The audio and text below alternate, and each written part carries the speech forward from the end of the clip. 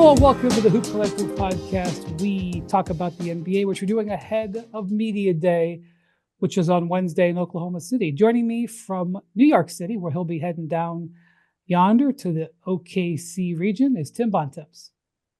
Hello, everybody. And heading to his second home this postseason, he knows the route to OKC very well. Gate C35, usually. I made that up. Is Bam MacMahon. Howdy, partners. By the time this airs, I will be on the safe side of the Red River. All right, but we talk about the NBA, which we're going to do about this game one. I have had many people in my life in the last 48 hours say to me in passing, I'm really looking forward to this finals. I'm really excited about this finals, more than I expected. And that was good. I was good. I hope it doesn't let him down, because the more I've looked at this, Bontemps, and you know how I feel about the Pacers. You know how I feel about the Pacers. Yes, been propping him up as a defense for Cavs corner since January. Well, listen, since if when he spends time with you in France, he for life. Yes, it's an important thing if we bond in Paris. I hope that it's a good series. I'll start. Listen, for the Pacers to win this series, Rick Carlisle's going to have to outcoach Mark Daigneault the same way that he outcoached Eric Spoelstra during the 2011 finals. And hey, we all know Spoelstra is one of the great coaches in the league. Daigneault certainly has carved out a reputation for being elite. I mean, he's coach of the year last year, but I think Carlisle's going to have to pull off some Houdini type of stuff, as he did in 2011, to give the Pacers a chance in this series. The guy is one of the best in the league at game to game, even in-game adjustments, and there's going to have to be some sorcery here. Well, let's go back to that series, because I think that is a decent analog, in part because you have, it's arguably the biggest lopsided. I thought about that. The Cavs in 2016 were an awesome That's team. not the Cavs Warriors was not looked at like this. The Cavs had LeBron James on their team. The Pacers do not.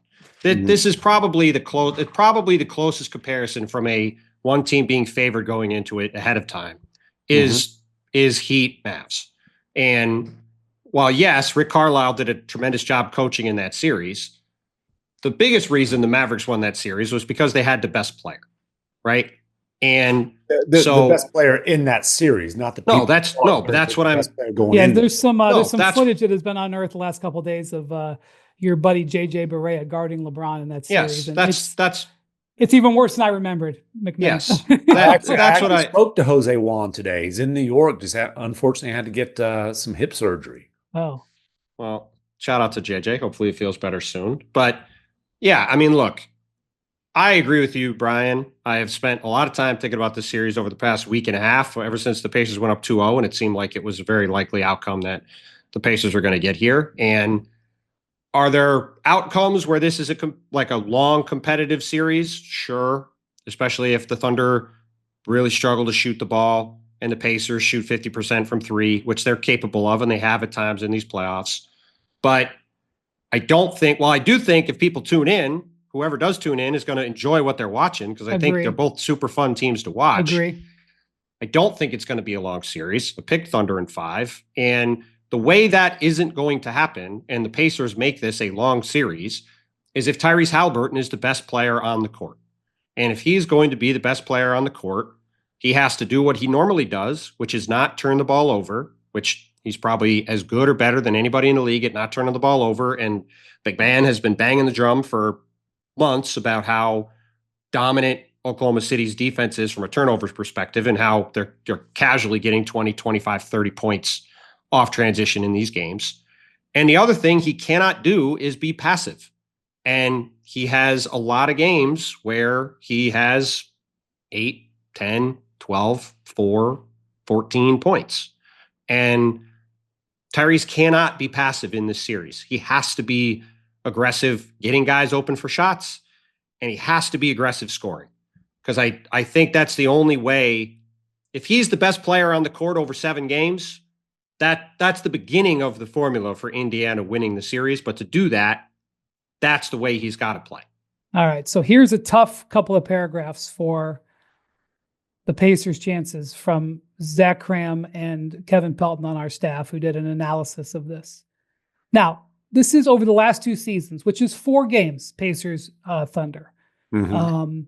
The last 2 seasons, these teams have generally had the same personnel. Siakam obviously was traded midway through the season. But the way the Pacers played last year, the way the Thunder played last year, comparable. Obviously, they both were the Pacers were Final Four last year. Thunder got beat in the second round. They have added Alex Caruso, and Cason Wallace has gotten a lot better. But here is the stats. In these last 2 years, 4 games, Halliburton has averaged 10 field goal attempts per game, his second fewest of any opponent over the last 2 years, and 0.5 free throw attempts. He's drawn just 1 shooting foul in the 4 games. 1 shooting foul. Now, granted, some of Halliburton's game is he gets the corner turned on you and you grab him. He doesn't have to go to the basket. But still, his 8.5 assists against the Thunder over the last 2 years are the 4th fewest against any opponent. And he has scored just 8 points in 10 shot attempts in 122 possessions when he was guarded by Lou Dort. See, there's a problem. Now, Halliburton did have 22 points and 11 assists against the Thunder this season, but that's a 2-game total. Yeah. But seriously, you nailed the problem there. It's like, okay, hey, it's easy to sit here and say Halliburton's got to be aggressive. Halliburton's got to be the best player. Halliburton's got to be, this dynamic playmaker. Halliburton's got to deal with Lou Dort. And then when Lou Dort and Cason Wallace and Alex Caruso and Shai Gilgeous-Alexander and all these guys, because there isn't beyond that. Well, go ahead, MacMahon. I don't want to interrupt you. It's 94 feet of just like all defensive nastiness in his face with Lou Dort. And again, when Lou checks out, it's probably going to be Cason Wallace, who might even be better. In some ways, Cason Wallace might be better suited to just annoy the hell out of a guy and smother a guy for 94 feet. And if it's not those two, it's Alex Caruso. It's just, and then if you get into the teeth of the defense, there's Chet back there or Hartenstein or both. Like Halliburton is an amazing player. He's an amazing player who's able to play at breakneck speed in wide open floor. And that's when he's at his best. He's not like a grinded out type of point guard. And it's just going to be hard to get into the open court with wide open space, playing at a fast pace against this team. Well, and also Halliburton particularly loves to find the weak link in the defense and then gash it. This is the big thing to me. And you saw it in the Knicks series. Whenever he got Jalen Brunson in a matchup, he took advantage of it, whether it was to get himself a shot or very often to get other guys a shot. Because like we've talked about, like as much as I'm saying he needs to be aggressive and shoot the ball, like one of the things that makes him a special player is that he is okay giving the ball to his teammates, kicking the ball ahead, like letting Siakam go to work, letting Andrew Nembhard and Aaron Nesmith on the swing go to work. The Thunder not only are a team that scrambles as well as anybody and get back to those guys in a way no other team can, but if you go back to Game 5 of the Knicks series, the one game he really did especially little in the game, or not especially little, the one game he really struggled. He had a bad. Yeah. The Knicks picked him up. Like I think their pickup point was like 50 or 60 feet up the court. It was the highest they went in the series. Right. Mikal Bridges, like you said, they've got the Thunder have several guys that can grab him at the other end line and stay with him the whole time, and they're not sacrificing anything on the back end. And if he wants to go at Shea or he wants to go at even Isaiah Joe, like anybody they bring in off the bench, there's not a hey, that guy can't. They don't have Brunson and Towns to target, and even if you had somebody you wanted to target, even if you wanted to get him on Hartenstein, nobody fights over the top of screens and refuses switches better than the Thunder. I'm not sure I've ever seen a collection of teams who do it. No, Well, especially Caruso's great at it. Well, like they're all great at it. So the way you do it, the way you manage that is you stay out of the half court. You are in transition as much as humanly possible, which is what they do on an average day anyway. I thought, Mark Daigneault said that today. He was interviewed, he was talking about him, and he goes, the thing I respect about him is they play the exact same in January as May, and they play the exact same when they're down 20 as when they're up 20. And so it's not like what the Pacers need to do is going to have to take a adjustment. Yeah. We'll all be at Oklahoma City for games 1 and 2 this week, and Indianapolis for games 3 and 4. If we want to go back to Oklahoma City for 5 and then maybe 6 Bontemps, there's a couple of things I think the Pacers need to do. You referenced it earlier, and I know that this sounds basic, and I hate that this is often something we talk about when it comes to the modern NBA, but you have to be just level-headed. The Pacers have to hit their threes, because the one thing that Oklahoma City will do, they will give up three-point attempts. As you've talked about during this postseason, Oklahoma City will sell out on the player or players that they are interested in stopping, which in this case is going to be Halliburton, which in this case means blocking the lane for him. They will leave the shooters. And if they move the ball, you can pass your way through the Thunder defense. You can generate an open shot. The problem is that the guy that gets the open shot isn't always the guy you want shooting it.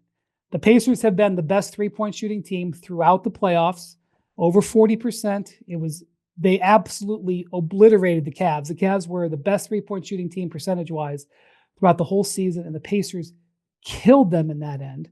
Oklahoma City themselves are not generally a great three-point shooting team.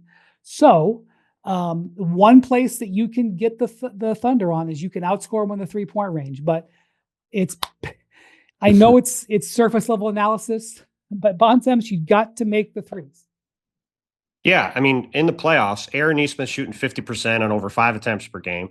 Andrew Nembhard shooting 48% on almost 4 attempts per game. Pascal Siakam shooting 46% on 3.5 attempts a game. Miles Turner shooting 40% on 4 attempts per game. Tyrese Halliburton is shooting 33% on 7 attempts per game. He's been their worst three-point shooter. So, and he's typically a very high percentage shooter. So, like in the regular season, Andrew Nembhard shot 29% from threes. He's been basically all his other stats in the playoffs are the same. He's shooting 20% higher from the three-point line. Like, that's a big part of why this team is in the finals. And I think while you're correct, they have to keep making shots. They also need the Thunder to have some cold stretch games, which they're very capable of having. Like we talked about it. Lou Dort, in my opinion, won the Thunder the title in game 5 of that series. We talked about a lot in the Denver series when he hit all those threes in the fourth quarter. He's also capable of missing 20 offensively for 3 quarters that night. Well, he could miss 25 threes in a row and then make 10 in a row. He's an incredibly streaky shooter. Like a lot of their guys are pretty streaky. They can have games where they go 5 for 25 from 3. So I do think, yes, we talk about 3-point variance a lot, but again, when you're the underdog in the series, which the Pacers are, like their offense has to be good, and they've got to take advantage of any games where the Thunder don't hit shots. Because if they don't win those games, they're going to have a very hard time in the games they do. Like, for example, in the game these two teams played in March, when both sides were mostly healthy, the Thunder shot 17 for 36 from 3. The Thunder shoot 47% from 3 in any game this series. Especially if they make 17. Good God. Right. But they're going to get up attempts. Like, they shoot a bunch of threes. But if they shoot well in games this series, it's very hard to see the Pacers winning. And by the way, in that game, Indiana went 14 for 42 and Halliburton went 4 for 9. So the rest of the team was 10 for 33. Siakam was 1 for 5. Aaron Nesmith was 1 for 3. Nembhard was 1 for 4. Turner was 0 for 1. So those 3 guys combined to go 3 for 13. If they're going 3 for 13 from 3 in games in this series, the Pacers are not winning. Like that again, it sounds reductive. It sounds obvious, but like, that's going to be a huge battleground. Is the Pacers are going to have to win games in this series with their offense, and that means hitting a ton of threes, and they're going to need to force the Thunder into some misses. And I wouldn't just assume that the same way that Oklahoma City defended Anthony Edwards is what Tyrese Halliburton will see, or even John Morant, for the first 2.5 games before he got hurt in that series. Those are guys who Even with Ant becoming, one of the best volume 3-point shooters in the league, the number one thing you're worried about with those two guys is just they're so dynamic as drivers and as finishers. And, they're guys that if you can make playing crowds and, you can create turnovers where, I'm not sure that they're going to have the same like pack the paint type of mentality for Halliburton, because really when Halliburton's driving, you're not necessarily like he's not a bad finisher, but that's not the thing that really strikes fear in you when Halliburton's getting in the teeth of your defense. What strikes fear in you is his ability to get in there and then spray it out to all these shooters that surround him. And, obviously they're still going to be aggressive trying to create turnovers, but he is a guy who protects the ball so well that I'm just curious to see if the make him play in crowds approach applies as much to Halliburton as it did to the previous superstar guards that they've seen during his playoff run. Look, the Thunder always play the same way, right? That they fly around, they try to speed the other teams up. We know how they play, right? I feel like, and Mark Dagnall's way smarter than us about basketball, obviously, but there are very few teams that are capable of doing this in the way the Thunder are. But I would play Tyrese Halliburton if I had the ability to, and I think the Thunder do, like you play Nikola Jokic, which is to make him a scorer. And to me, if the Thunder, who never play this way, and so I don't really expect them to, if you could stay home on all the others, that's what the Thunder can, and like say, hey, Tyrese, go score 50. Go score 50 every game. We're not going to let Aaron Nesmith get open for three. We're not going to let Andrew Nembhard get open for three. We're not going to let Miles Turner pop to the three-point line and hit threes. We're going to make you beat us by scoring 50. I don't think the Pacers can win that way. And there's very few teams that actually can guard them that way. Like the Knicks had no chance to, but the Thunder can.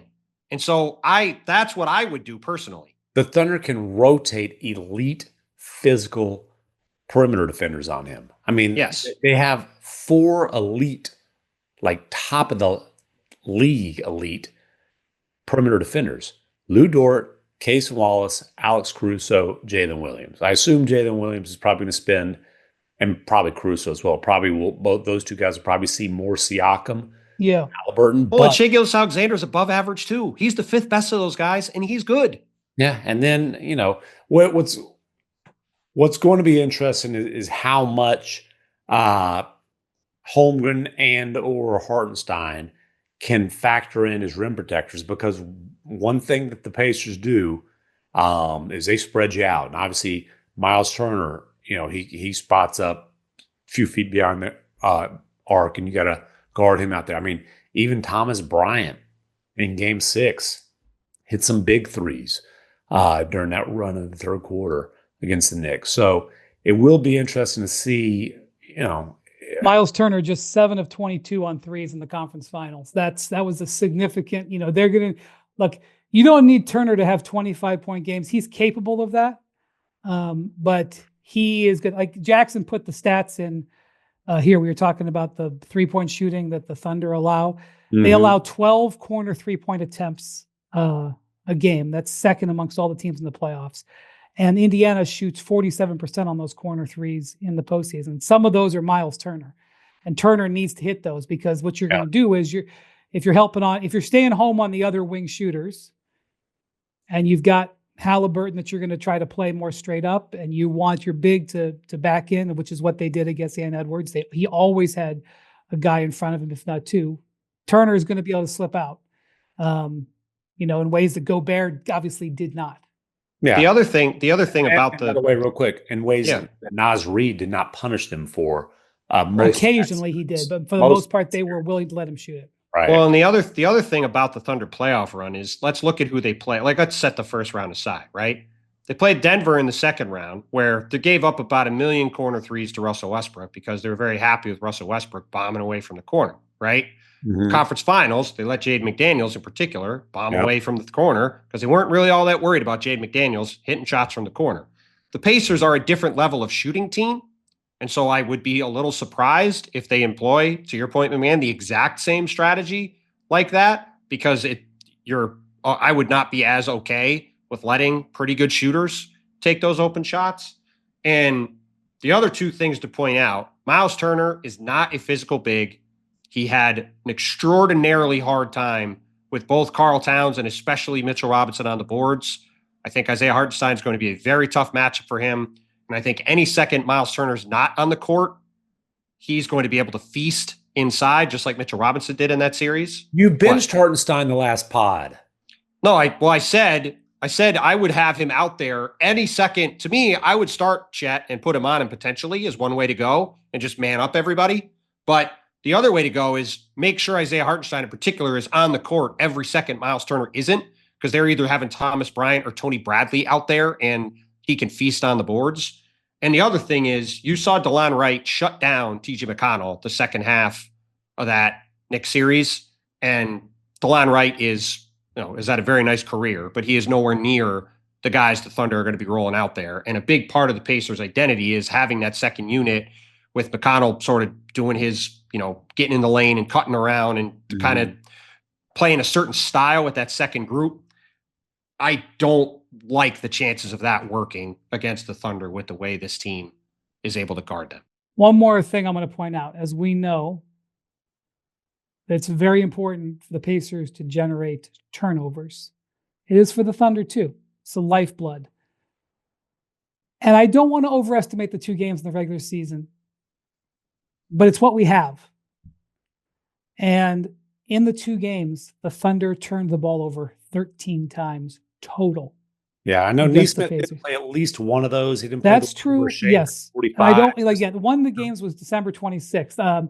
Our very good friend from Yahoo, Tom Haverstraw, had a great nugget that this is the first time since 2007 that the 2 teams that reached the finals didn't play on Christmas. The irony is the Thunder were in Indiana on Christmas. It just was their off night because they played the next day. So the league in the game they had everybody playing. They had 9 turnovers. The Pacers. They forced the Thunder into 9 turnovers in the second game when all their guys played. But they got 10 points off the turnovers. Or it's 7. Or it was, that was no, I'm just saying. In the one game Neesmith didn't play, but in the one he did, where they had all their guys, they didn't turn the Thunder over. Well, and the Thunder led the league in turnovers forced, and had the fewest turnovers committed. They averaged 11.7 turnovers committed per game in the regular season. That number has increased in the playoffs to 11.8.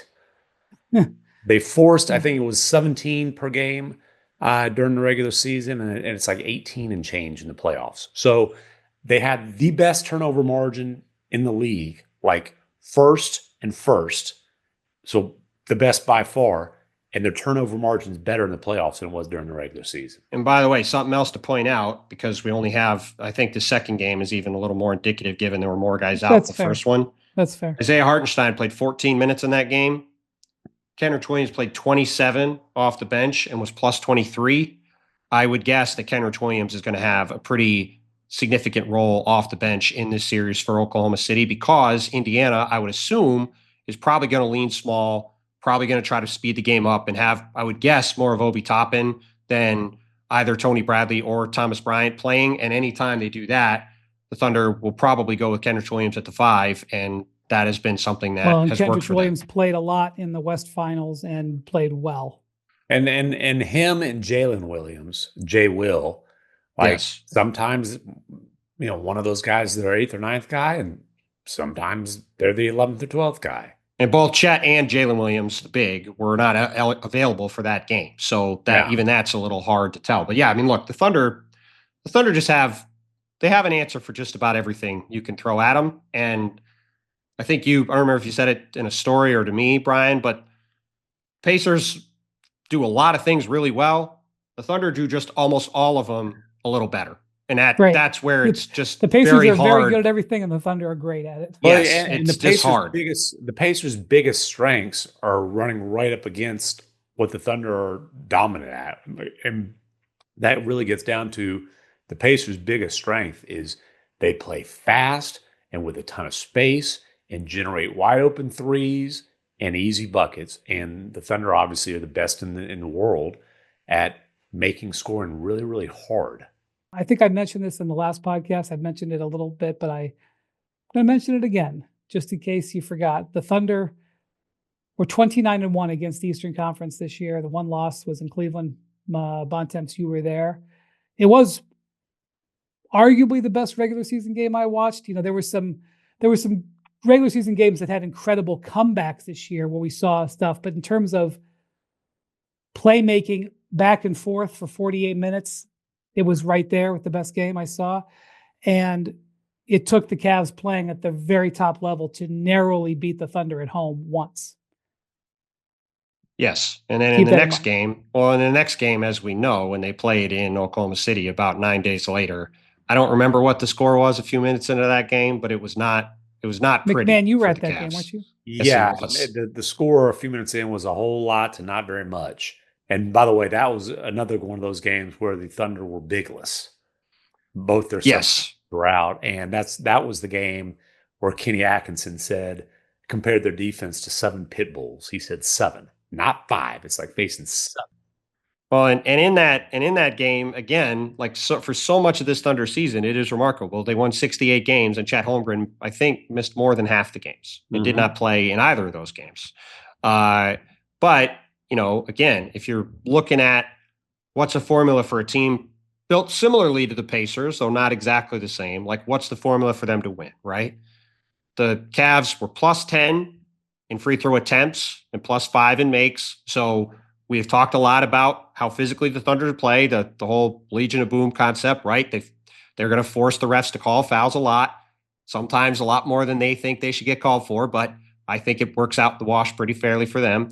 But Rick is an experienced politician. He knows how to work a ref. Yes, he does. And so obviously if you can get to the line, now the Pacers don't really have a lot of guys that really get to the line. That is, I think, one thing that is potentially a problem for them in that way. In that matchup, obviously even in that game, Donovan Mitchell only had 4 foul shot attempts. Well, the Thunder Usually he gets also more. Keep players off the line, as you said.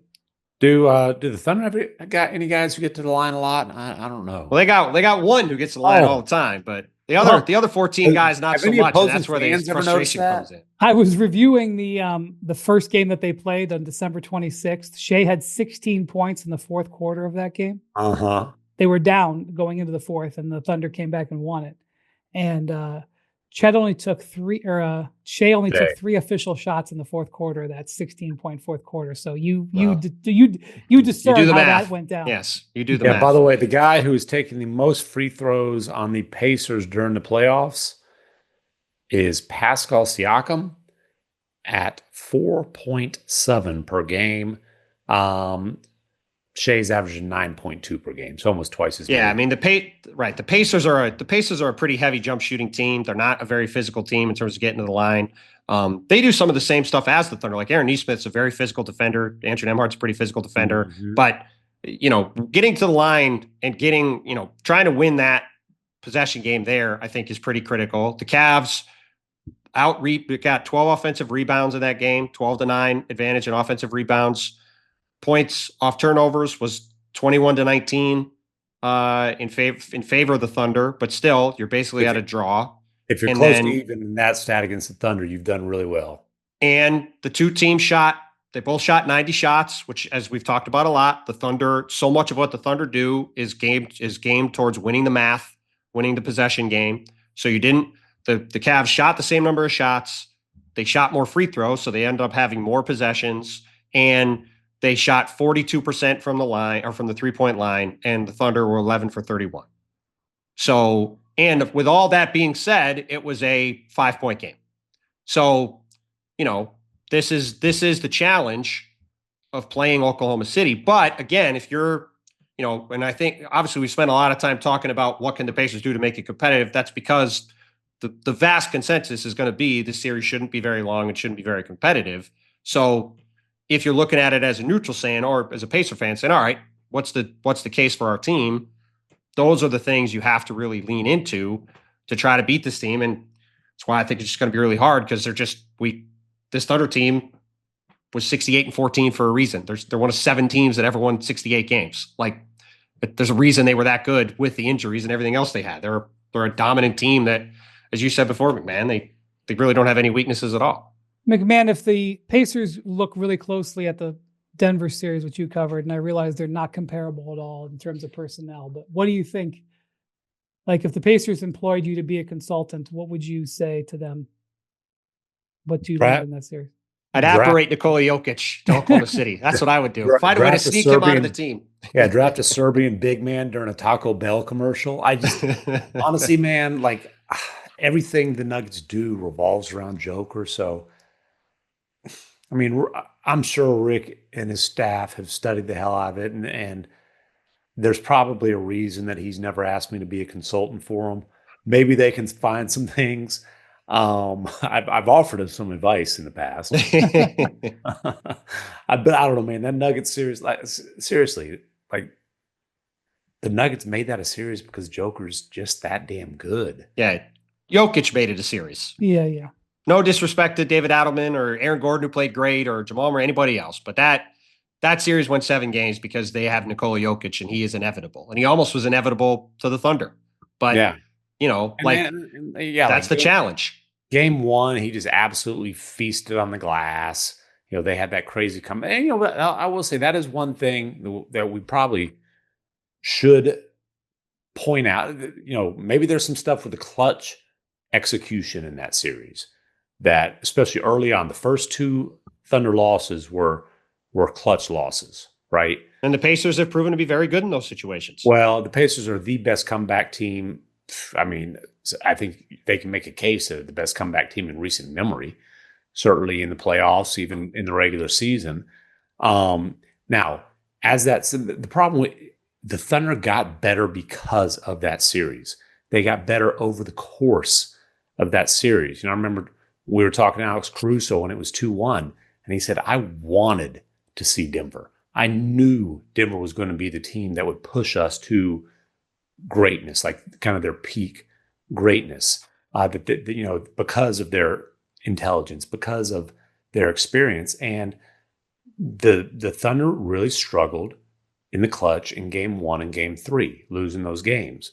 And you remember Shea was walking off the floor after Game 3, kind of this big smile, and I asked him about it. And, he said, hey, the fans were talking trash, didn't want them to think they were rattling me, that I was rattled at all. And he said, I'm paraphrasing, but basically I was smiling because I know I get an opportunity in the next game and the game after that. And in those next 2 games, Shea in particular, but the Thunder as a team really were kind of masterful down the stretch of close games. So again, maybe there's some stuff in the clutch execution and bogging down the Thunder in those clutch situations that the Pacers can take out of that series. But I also firmly believe, and the Thunder firmly believe, that they were better because of the experience they had to go through during that series against Denver.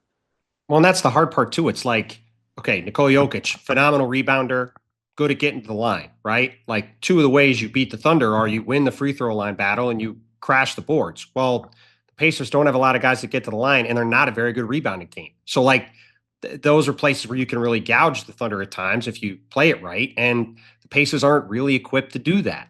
So like they have to try to win this series by leaning into the things they're really good at. And the problem is most of them, the Thunder are better. And that's where a lot of this, I think, does come back down to the thing you said earlier in the pod, Brian, which is as reductive as it is, they just have to be flamethrowers from 3, and they have to just try to win that margin by as much as they can, because that is the one place where you look at the 2 teams that say the Thunder are capable of shooting 28% from 3 for a while.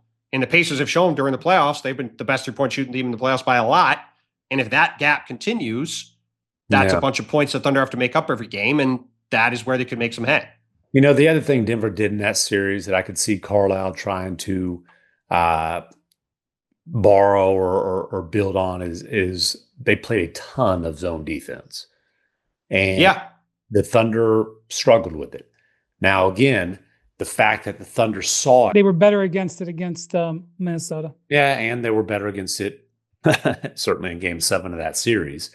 Now Aaron Gordon being on one wheel was also a factor. But again, I go back to the fact that they saw it so much and they struggled against it. And it was kind of this hump that they had to get over, this challenge, this test they had to pass, I think makes it tougher. But if you're asking me what can they take from the Nuggets potentially, I'm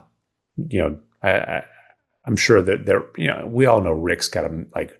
Well, he was one of the first guys to run zone defenses in the league. I mean, he ran a bunch in that 2011 finals, he went to it a bunch. And he's had a few days, or how many days will it be between? What will it be? 5, I think. 4 or 5 days. 5. So he'll have time to, And they knew the Thunder were coming before that, so I'm sure they were spending at least some time thinking about the Thunder before that, because that's just the natural thing you have to do in that situation. All right, we had a surprise, at least a surprise to me, but Bontemps broke the story. Changed at the top. No. Oh.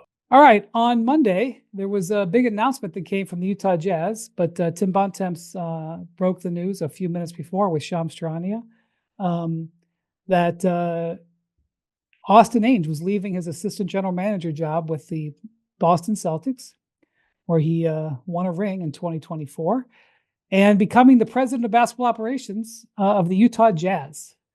Bontemps, I did not know the Jazz were looking for a president of basketball operations, and I think the search was relatively short for various reasons. However, it is a change in one of the 30 people who are in head of basketball operations of each team, and so Austin Ainge gets that job, working alongside not quite sure, his father Danny, who it's one of the most famous Utah, arguably in sports, are the two most famous Utah families in sports. The Smiths, Ryan Smith, who owns the what do they call him, the hockey team? The Mammoth. Okay, they just named him. He owns the hockey team and the Jazz, and the Ainges.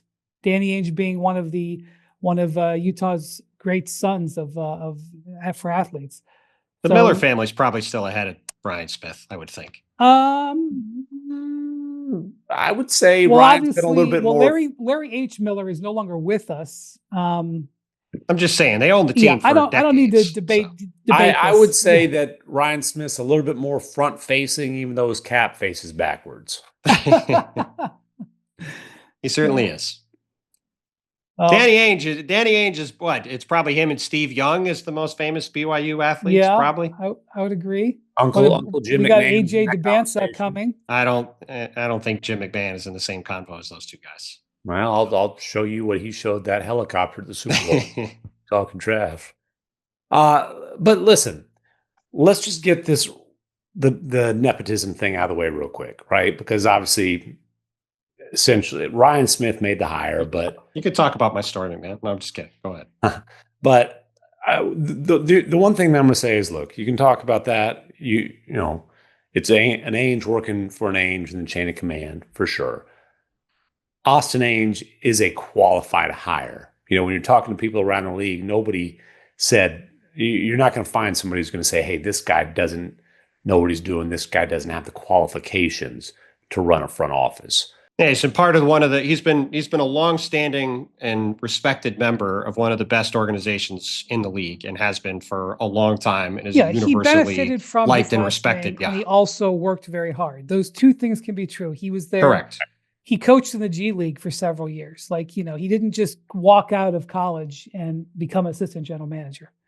But that said, his last name is Ainge. I mean, there's no dodging it. I don't think there was an extensive search here. So no, Ryan Smith figured out who he wanted to hire, and he likes hiring. He went and hired him. The Ainge family, and he went and got him.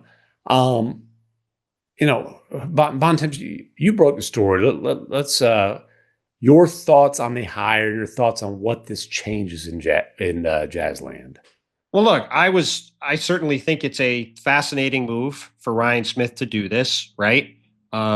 The fact that it comes a couple of weeks after the Jazz had the worst luck possible in the lottery and falling from first to fifth, I think is interesting timing, right? The Jazz spent all year very creatively making sure they were going to have the worst record in the league.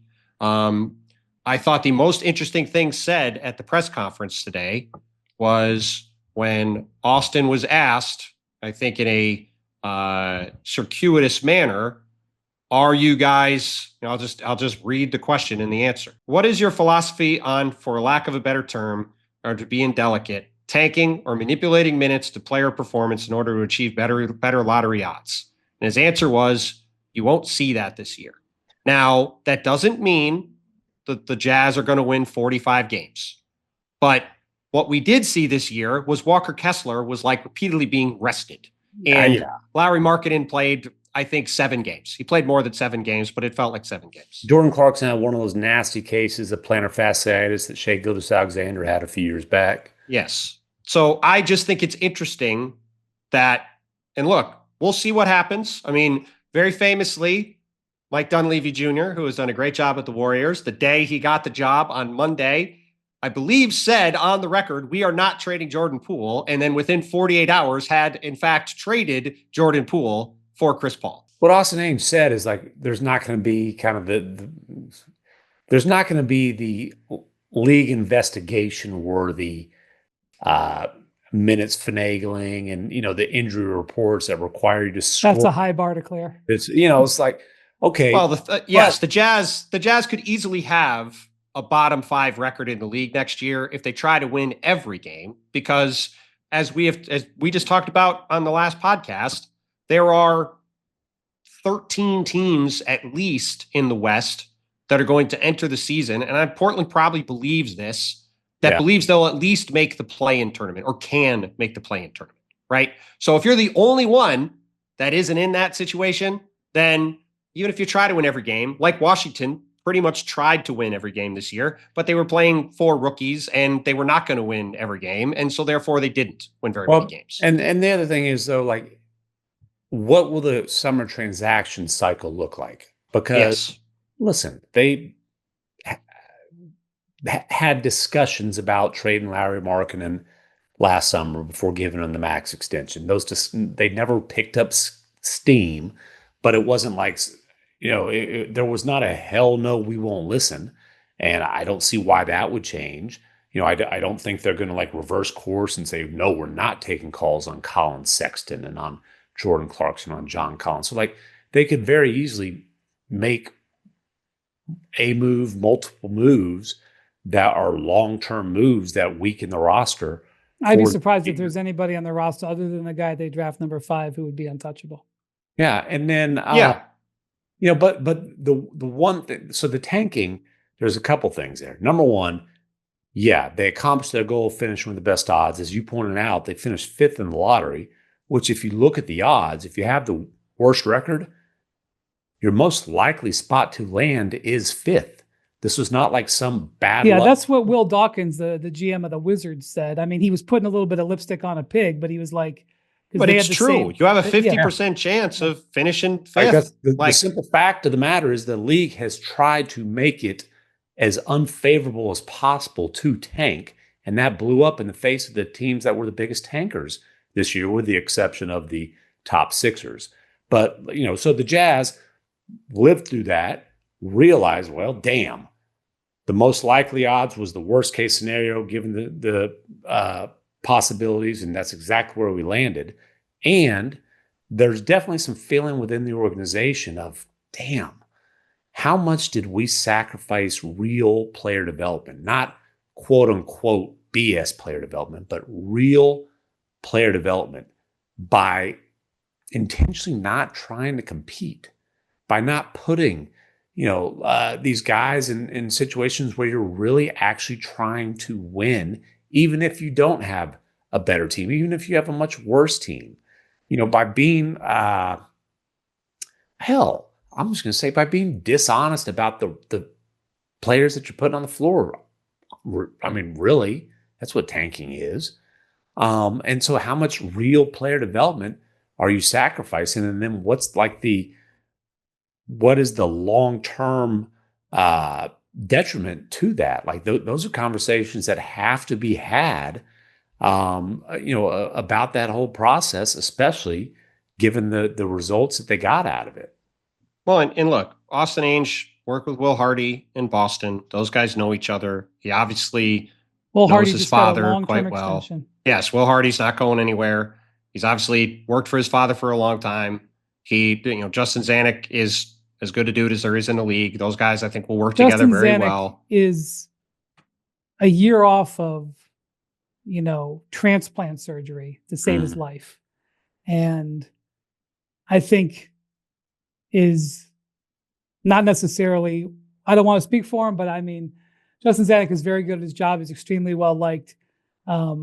Not sure his number one priority in life is to make sure he's collected the most power.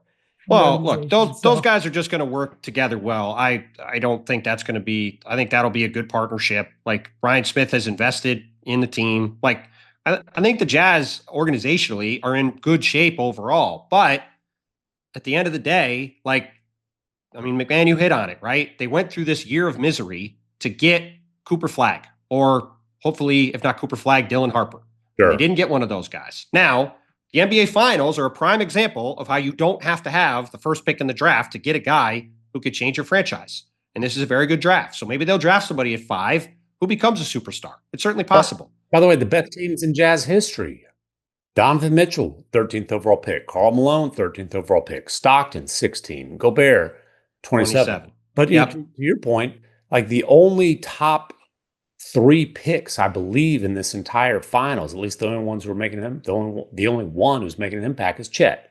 He's the only one, and he's the only one, period. Highest player picked of any kind on the Pacers by them or someone else is Ben Mathurin, who I believe was picked 6 or 7. And now, listen, it was the OKC tanker to get him, but it was well, I know sensitive subject, but it was the Paul George trade and the ripple effects from Paul George trades and the ripple effects from both of those, right, that laid the foundation here. That's how Halliburton eventually got to Indy, and that's how Shea and Williams got to OKC. And by the way, none of those guys were single-digit lottery picks. They were all 10, 12, in that range. But the thing about, like I said, I think the Jazz are really strong organizationally from everywhere except on the court right now. And I don't mean that facetiously. Like they've got a really good head coach. Yeah, right. They've got a really good front office. I think Ryan Smith, since taking over the team, has proven to be a guy who's active in a positive way. He's investing in the team. They're like, everything there I think is positive. But the bottom line is the roster is obviously not in a very strong place. They do, I think, to your point, MacMahon, have a real decision to make on what they want to do with Lauri Markkanen. And is he a guy who's going to be part of the next really good Jazz team, or should they go in another direction and move him on?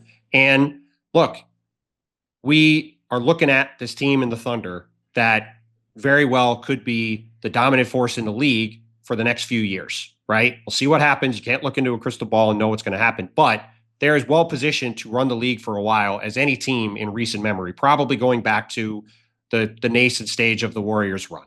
So if you're the Jazz, last year's Celtics, but but this last year's Celtics were not. No, but I just mean the last year's Celtics. It's fair to say that about last year's Boston team to a point, but that Celtics team had a bit of an expiration date. They were going to be really good for a couple more years, but not several, right? So Utah, if you're the Jazz and you're any team in the West, it's why you keep harping Brian on why, if you're Giannis, if you're looking for control, as you like to say, control would be to stay in the East, right?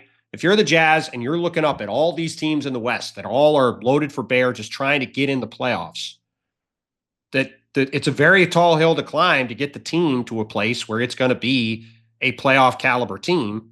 And, it's not, even if whatever they try to do, it's not an overnight fix. Like it's going to take some time and some hits on these draft picks. They have 2 in this year's draft, 5 and 21 in the first round.